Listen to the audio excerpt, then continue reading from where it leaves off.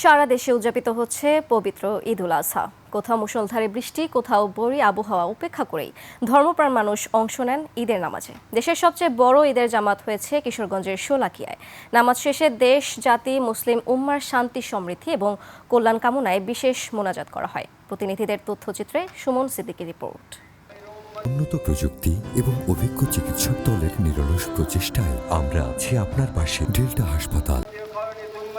কিশোরগঞ্জের ঐতিহাসিক শোলাকিয়া ময়দানে মুষলধারে বৃষ্টির মধ্যেই অনুষ্ঠিত হয় দেশের সর্ববৃহৎ ঈদুল আজহার জামাত। সকাল ৯টায় শুরু হওয়ায় জামাতে লাখো মুসল্লি অংশ নেন। চট্টগ্রামে সিটি কর্পোরেশনের তত্ত্বাবধানে নগরের বিভিন্ন ঈদগাহ ও মসজিদে ঈদের জামাত অনুষ্ঠিত হয়। জমিয়তুল ফালাহ মসজিদে অনুষ্ঠিত প্রধান জামাতে অংশ নেন রাজনৈতিক, প্রশাসনিক ও সামাজিক অঙ্গনের বিশিষ্টজনরা। ঠাকুরগাঁও কেন্দ্রীয় ঈদগাহে ঈদের নামাজ শেষে বিএনপির মহাসচিব মির্জা ফখরুল ইসলাম আলমগীর সাম্য ও বৈষম্যহীন বাংলাদেশ গড়ার আহ্বান জানান। মৌলভীবাজারের ৭ উপজেলায় ধর্মীয় ভাবগাম্ভীর্যের মধ্য দিয়ে পালিত হচ্ছে ঈদুল আজহা। খুলনায় বৈরী আবহাওয়ায় সার্কিট হাউস ময়দানের পরিবর্তে টাউন জামে মসজিদে অনুষ্ঠিত হয় প্রধান জামাত। ময়মনসিংহে বৃষ্টির মধ্যেই কেন্দ্রীয় আঞ্জুমান ঈদগাহে সকালে অনুষ্ঠিত হয় প্রধান জামাত।